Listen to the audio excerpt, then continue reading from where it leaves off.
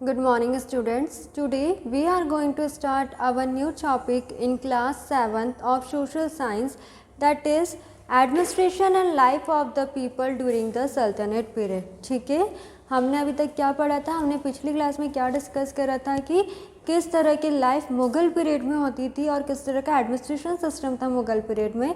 But in this chapter we will study about the what was the life of the people in sultanate period and what was the administration during the Sultanate period.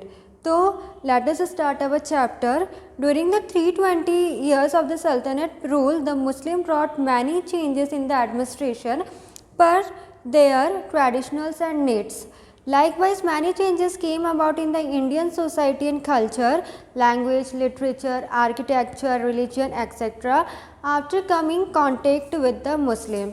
आज से अगर हम 320 साल पहले की बात करें तो जो सल्तनत का शासन चलता था, सल्तनत रूल करता था, तो मुस्लिम्स के जो जब उनका शासन चलता था तो जितने भी मुस्लिम्स थे क्या आया, उनके एडमिनिस्ट्रेशन सिस्टम में क्या है, बहुत सारा चेंजेस आया, उनके रहने में भी चेंजेस आया, उनकी जो ज़रूरतें थी उसमें भी क्या आया, चेंजेस आया. और अगर हम अगर इनसे हटकर देखें तो जो हमारे इंडियन सोसाइटी और जो कल्चर थे, इंडियन सोसाइटी और कल्चर में जैसे हमारी जो लैंग्वेजेस थी, जो मुस्लिम्स की लैंग्वेजेस थी, जो उनका ट्रेडिशन था, जो उनका लिटरेचर था, आर्ट था, आर्किटेक्चर था, उसमें भी क्या है, बहुत सारे चेंजेस आए हैं. और जब वो चेंजेस आए तो they accepted changes in the sultanate period. उन्होंने उस चेंजेस को क्या करा, एक्सेप्ट भी करा उस दौरान पर. तो जैसे कि हमने मुग़ल टाइम पीरियड में एडमिनिस्ट्रेशन सिस्टम में देखा था कि जो एम्परर था किसका था, अकबर का था. तो जो राज्य था, जो एम्पायर था, तो उसमें किस तरह के लोग रहते थे, किंग जो रहता था, जो प्राइम मिनिस्टर रहते थे, वज़ीर दीवान रहते थे, फिनेंशियल डिपार्टमेंट को देखते थे. किस तरह से जो मीर बख्शी था वो आर्मी के जो जितना भी लेखा जोखा आता था, आर्मी को किस तरह से देखना उनको देखता था. खाने समा किचन डिपार्टमेंट रहता था. तो इसी तरह से जो सल्तनत पीरियड में भी एडमिनिस्ट्रेशन है ये इसको डिवाइड करा है. और जो सल्तनत पीरियड का जो एडमिनिस्ट्रेशन था वो कैसा था, बहुत ही ज़्यादा पावरफुल था. The sultan was all powerful, he was believed to be the representative of God. वो कैसा था, जो सुल्तान था वो कैसा था, बहुत ही ज़्यादा शक्तिशाली था और वो ऐसा मानता था कि मैं खुद क्या हूँ, एक भगवान हूँ. After he ascended the throne, the khutbah was read in his name and new coins were also issued. जब उसका शासन चलने लगा, जब उसने थोड़ी सी प्रोग्रेस करने लगी तो उसने क्या करा, अपने ही नाम का क्या करा, एक कॉइन निकाल दिया. उस कॉइन को क्या करा, अपने ही नाम का निकाल दिया और उसने क्या करा, बहुत सारे लोगों को क्या करवा दिया, इशू करवा दिया. The wazir, ulema and nobles assisted him in administrative matters. तो उसके जो एडमिनिस्ट्रेटिव सिस्टम में कैसे क्या थे, किस तरह से पोजीशन डिवाइड थी, वज़ीर से डिवाइडेड थी, उलेमा से डिवाइडेड थी. तो ये इस तरह से जो इसका एडमिनिस्ट्रेटिव सिस्टम था वो इस तरह से डिवाइडेड था. The 4 important departments of the government were. जैसे कि हमारी सरकार है, आज की हमारी सरकार है, तो उसमें हम देखते हैं प्राइम मिनिस्टर अपर पोजीशन में, प्रेसिडेंट उनके अंडर में, फिर प्रेसिडेंट के बाद फिर जो स्टेट मिनिस्टर रहेगा, फिर उसके बाद हमारे जितने भी छोटे मोटे मिनिस्टर्स रहेंगे वो हमें देखने को मिलते. इसी तरह से जो इनके डिपार्टमेंट रहते, तो इनकी जो सरकार थी, इनका जो राज्य था, उस डिपार्टमेंट को किस तरह से डिवाइड करा था, they divided according to the department into 4 types. 4 तरह से इन्होंने डिवाइड करा था. फर्स्ट है revenue and public administration, the military department, the state correspondence and department of religious affairs and education.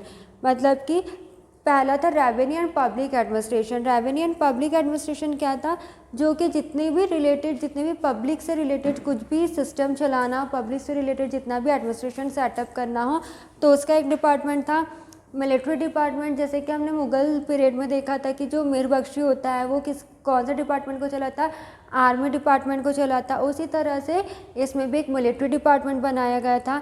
State correspondence, मतलब कि जो राज्य है उसको किस तरह से एकजुट रखना है, किस तरह से उसका किस तरह से उसका मैनेज करना है, तो इसका भी एक स्टेट करस्पॉन्डेंस बनाया गया. फिर department of religious affairs and education. जैसे कि हमने मुग़ल पीरियड में देखा था कि किस तरह की सोशल कंडीशन थी, किस तरह का रिलीजियस था, कि किस तरह से वो ट्रेडिशन थे, किस तरह का वो पहनते थे. उसी तरह से जो सल्तनत पीरियड है इसमें भी क्या डिपार्टमेंट बना दिए गए रिलीजियस को लेकर और एजुकेशन को लेकर. तो ये 4 टाइप्स के डिपार्टमेंट बनाए गए, एक public and revenue department, second military department, third state correspondence and last one is the religious affairs and education. This department were known as Diwan-e Wazrat, Diwan-e Arz, Diwan-e Hinsha and Diwan-e Risalat respectively. तो जो सल्तनत period था ये belong कहाँ से करता था, Muslim community से बिलोंग करता था. तो उनकी लैंग्वेज के अकॉर्डिंग, उनकी का समुदाय के अकॉर्डिंग उन्होंने क्या नाम दिए थे इस डिपार्टमेंट को. फर्स्ट वाला जो पब्लिक एडमिनिस्ट्रेशन एंड रेवेन्यू वाला उसको क्या बोला गया, दीवान वज़रत. मिलिट्री डिपार्टमेंट को बोला दीवान अर्ज़, स्टेट करस्पॉन्डेंस को बोला Diwan Insha and last one that is department of religious affairs and education को बोला दीवान रिसालत. ठीक है, तो ये थे इनके departments. The provinces were divided into 6 and 6 into parganas. The heads of the provinces were called wali and mufti. अब जैसे कि जो डिपार्टमेंट बनाए थे, अब जो डिपार्टमेंट रहता उसका डायरेक्टली तो नहीं कि सब एक साथ ही रहेंगे, नहीं, हर किसी को अपनी एक पोजीशन मिलेगा, उसका हेड रहेगा, फिर सब हेड रहेगा, फिर उसके वर्कर्स हो गए, एम्प्लॉयज़ हो गए, फिर वर्कर्स हो गए. उसी तरह से जो डिपार्टमेंट था, जो उनके हेड थे, तो उनके साम्राज्य में क्या बोला जाता था, उनको जो हेड रहता था उसको क्या बोलते थे, वाली या फिर मुफ्ती. ठीक है. The shiq was headed by a shiqdar and parganas were headed by amil. तो जो प्रोविंसेस जो डिवाइडेड थे वो काय में डिवाइड थे, 6 और 6 में. मतलब कि कुछ परांगास में डिवाइडेड थे और कुछ 6 में डिवाइडेड थे. मतलब कि कैटेगरी वाइज उनको डिवाइड कर दिया था. जैसे कि हमारे भी जब स्पोर्ट्स होते हैं तो हमारे रेड हाउस का अलग रहता है और ब्लू हाउस का अलग रहता है. तो उसमें भी क्या रहते हैं, लीडर्स होते हैं, कैप्टन होते हैं. तो उसी तरह से इन्होंने भी डिवाइडेड कर दिया था, एक 6 में और एक परांगास में. तो जो 6 का हेड होता है उसको बोला गया था शिकदार एंड जो परांगास का हेड होता है उसको क्या बोला गया था, आमिल. तो इस तरह से इन्होंने क्या करा था, अपने डिपार्टमेंट को डिवाइड करा था और डिपार्टमेंट में भी जो उनके लीडर थे उनको इस तरह से उन्होंने नाम रखे थे. In the 13th century the sultans divided their kingdom into military areas there were known as iqta. अब जो मिलिट्री एरिया को उसने 13th सेंचुरी में वापस से क्या करा, डिवाइड करा और उसका नाम क्या रखा गया, iqta. The holders of the iqta were called iqtadars and it was started by Iltutmish. जो होल्डर था, जो पूरी गैंग को देखता, जो पूरे मिलिट्री वालों को देखता था, तो उसका नाम क्या रख दिया गया था, उसका जो हेड था, इक्ता का जो हेड था उसको क्या बोला गया, इकदार्स. क्या बोला गया, इकदार्स बोला गया है. और ये किसके द्वारा स्टार्ट हुआ था, किसके द्वारा शुरू हुआ था, इल्तुतमिश के द्वारा क्या हुआ था, सेटअप हुआ था. ठीक है. तो ये हमने एडमिनिस्ट्रेशन में देखा. एडमिनिस्ट्रेशन को इन्होंने किस तरह से डिवाइड करा, they divided according to the 4 departments. 4 departments में हमने देखे, पब्लिक डिपार्टमेंट देखा, मिलिट्री डिपार्टमेंट देखा, स्टेट करस्पॉन्डेंस देखा and religious affairs and education देखा. Then here we discuss about the कि उन्होंने जो अपने प्रोविंसेस है उसको भी डिवाइड करा. सिख्स और परांगास में जो सिख का हेड होता है उसको क्या बोला, सिकदार बोला, और जो परांगास का हेड होता है उसको क्या बोला, आमिल बोला. Understood this much everyone about the administration system of सल्तनत period. So now we will discuss about the what was the and which type of the society was there in the Sultanate period. So the two main religious groups of population were Muslims and Hindus. The aristocrats, amirs and sardars followed the sultans and lived a life of luxury splendor. अब जैसे Mughal time period में भी हमने देखा था कि they also divided the category according to their class wise. According to their caste wise they divided, according to their religious wise they divided. Hindu Muslim अलग थे. उसी तरह से सल्तनत पीरियड में भी क्या है, दे डिवाइडेड पॉपुलेशन. उन्होंने जो वहाँ की आबादी थी, जो वहाँ की जनसंख्या थी, उनको किस तरह से डिवाइड करा, उनको भी रिलीजन्स के अकॉर्डिंग क्या कर दिया गया, डिवाइड कर दिया गया. Means Muslims and Hindus. और जो वहाँ के आमिर्स और सरदार्स थे, जो आमिर्स और सरदार्स किस कम्युनिटी के थे, सुल्तान्स कम्युनिटी के थे, मुस्लिम्स का समुदाय के थे, मुस्लिम रिलीजन के थे. तो वो किस तरह की लाइफ जीते थे, अच्छी लग्जरियस लाइफ जीते थे. मतलब they were the rich people in that sultanate period. The Brahmins and the ulemas were looked upon with respect. अब जो इसमें भी हिंदू और मुस्लिम को डिवाइड करा था, इसमें जो आमिर्स और सरदार्स थे वो किस तरह की लाइफ जीते थे, लग्जरियस लाइफ जीते थे. जो एकदम रिच से भी रिच पीपल, अपर रिच क्लास के जो लोग रहते हैं, उस तरह की लाइफ स्टाइल ये लोग जीते थे. पर जो ब्राह्मण्स और उलेमास थे, सल्तनत टाइम पीरियड में हिंदू में कौन सी कैटेगरी को, कौन से कास्ट को ज़्यादा इंपॉर्टेंस दी जाती थी या किसको ज़्यादा रिस्पेक्ट दी जाती थी, वो थे ब्राह्मण्स। ब्राह्मण कैटेगरी के या ब्राह्मण कास्ट के जो लोग रहते थे उनको बहुत रेस्पेक्टफुली देखा जाता था। और मुस्लिम्स में उलेमास जो लोग, उलेमास कास्ट जिनकी थी उनको बहुत रेस्पेक्टफुली देखा जाता था। The caste rules were strictly followed. The women did not enjoy with much freedom and the parda system become very common. As now also we can see कि nowadays also that much freedom we will not provide any woman. आजकल भी अगर हम women को जितनी freedom मिलनी चाहिए उतनी नहीं मिलती। nowadays also we can see that there will be a पर्दा सिस्टम। आज भी कई कई जगह पर क्या है, पर्दा सिस्टम है। तो जो कास्ट रूल्स थे वो बहुत ही ज़्यादा स्ट्रिक्ट थे, उन्हें किसी भी तरह से स्ट्रिक्टली जितने भी वहाँ पे लोग थे उन्हें क्या करना पड़ता था, फॉलो करना पड़ता था। और वीमेंस जो थी वो अपने अकॉर्डिंग बिल्कुल भी लाइफ को सेटअप नहीं कर सकती थी, because they don't have that much freedom. उनको इतनी आज़ादी नहीं मिलती थी कि जिस तरह से वो अपने लाइफ स्टाइल को एन्जॉय कर सके या अपनी लाइफ स्टाइल को ले सके या रह सके। और उस समय भी क्या होता था, पर्दा सिस्टम बहुत ही प्रचलित में था। उस समय भी पर्दा सिस्टम बहुत ज़्यादा था। The practice of the child marriage, polygamy and Sati system was prevalent in the society. अब उस ज़माने में जैसे हम देख सकते हैं कि the women will not have right to the freedom, मतलब कि फ्रीडम की इतनी आज़ादी की बिल्कुल भी उनका अधिकार नहीं था। वो किसी भी तरह से, if the women wants to gain the education, हाँ द एजुकेशन, तो they will not have, they will not get the education also proper. उन लोग को एजुकेशन भी नहीं मिलता था। और सबसे ज़्यादा प्रचलन में क्या था, प्रचलित क्या था, चाइल्ड मैरिज। जो छोटे छोटे बच्चे होते थे उनकी भी क्या हो जाती थी, चाइल्ड मैरिज करवा दी जाती थी। Sati system you will study in next class, that means in 8th class. तो you will discuss about the sati system होता क्या है। तो ये भी क्या था, बहुत ज़्यादा ही प्रिवलेंट फॉर्म में था, बहुत ही ज़्यादा प्रचलन में था। The Muslim rulers followed the practice of keeping slaves. They had a large number of slaves. It is said that Firoz Shah had 1,80,000 slaves. जो मुस्लिम का लोग थे, जो मुस्लिम पीपल्स थे या फिर जो मुसलमानों का जितना भी शासन चलता था सल्तनत टाइम पीरियड में, तो वो क्या चाहते थे, वो नंबर ऑफ स्लेव्स रखते थे, मतलब कि उनके यहाँ पर ज़्यादा से ज़्यादा अधिकतर लोग नौकर रहते थे। और यू विल नॉट बिलीव कि जो फिरोज शाह था उसके यहाँ पर, उसके एम्पायर में कितने स्लेव्स थे, कितने नौकर थे, 1,80,000 तक के क्या थे, स्लेव्स थे। तो इस तरह की सोसाइटी थी सल्तनत पीरियड में।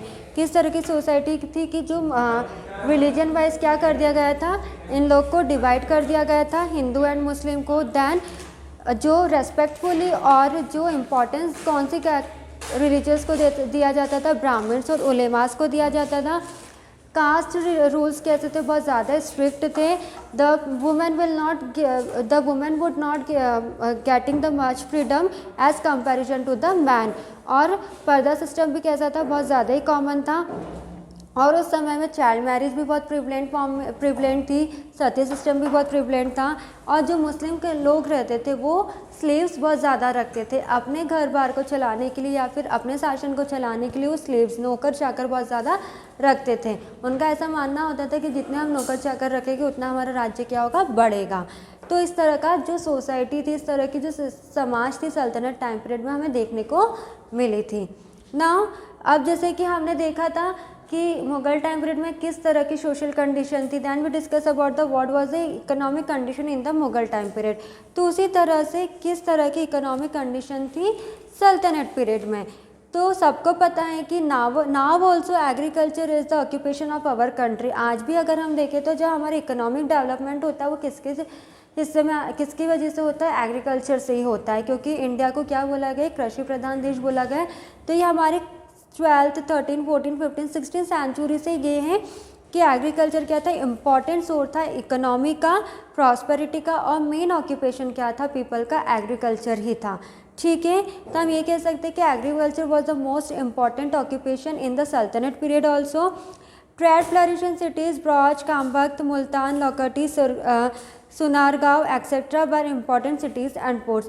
जिस तरह से आजकल हमारे देश में क्या होता है, एयरपोर्ट्स बने हुए हैं, इंटरनेशनल एयरपोर्ट्स बने हुए हैं, या फिर हमें कुछ भी ट्रेड एक्सपोर्ट करना रहता है, इंपोर्ट करना रहता है एक कंट्री से दूसरी कंट्री में, तो हम किसके थ्रू करते हैं, एयर रूट्स के थ्रू करते हैं या वाटर रूट्स के थ्रू करते हैं। तो उसके लिए क्या बनाया गया, मैन पॉइंट्स बनाए गए हैं। उसी तरह से जब इन लोग को भी अपना कुछ ट्रेड इंपोर्ट करवाना हो, एक्सपोर्ट करवाना हो, तो उन्होंने एक इम्पॉर्टेंट सिटीज़ बना दी गई थी जहाँ पर कि क्या होता था, जितना भी ट्रेड और गुड्स क्या होता था उसी जगह पर आता था। जैसे कौन से एरिया में, सिटी के नाम है जैसे ब्रॉच में, खंबात में, Multan, this were the cities जहाँ पर कि जितने भी ट्रेड्स होते थे इम्पोर्ट और एक्सपोर्ट होते थे। The artisans lived in different parts of the cities. There were colonies of goldsmith, blacksmith and weavers. तो जितने भी आर्टिस्ट, जितने भी कलाकार थे, उनकी एक अलग ही खुद की एक क्या थी, अलग सी एक सिटी थी।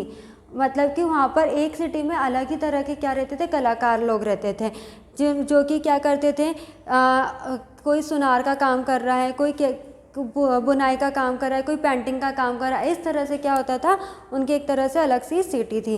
तो इस तरह से जो इकोनॉमिक कंडीशन इस तरह से सल्तनत टाइम पीरियड में डेवलप होती थी। तो understood this much everyone, the economic condition, this 3 points we discuss about in economic condition. Understood everyone this much. तो ये 3 तरह की इकोनॉमिक कंडीशन देखी हमने कि एग्रीकल्चर तो इम्पॉर्टेंट पार्ट था ही और हमेशा ही रहेगा। इम्पॉर्टेंट ऑक्यूपेशन था उस समय भी, और किस तरह से इम्पॉर्टेंट सिटीज़ उन लोग ने सेटअप कर दी थी, जितना भी ट्रेड्स गुड्स इम्पोर्ट एक्सपोर्ट होता था। एक समय पर आर्टिशन जो रहती थी उनकी खुद की एक अलग से क्या थी, सिटी थी, वहाँ पे जाके वो खुद उनका क्या करते थे, कलाकारी करते रहते थे। ठीक है, तो आज हमने क्या देखा, एडमिनिस्ट्रेशन सिस्टम देखा, सल्तनत टाइम पीरियड में किस तरह का एडमिनिस्ट्रेशन सिस्टम होता था, सोसाइटी को किस तरह से उन्होंने क्लासिफाइड करके रखा था, कैटेगराइज करके रखा था।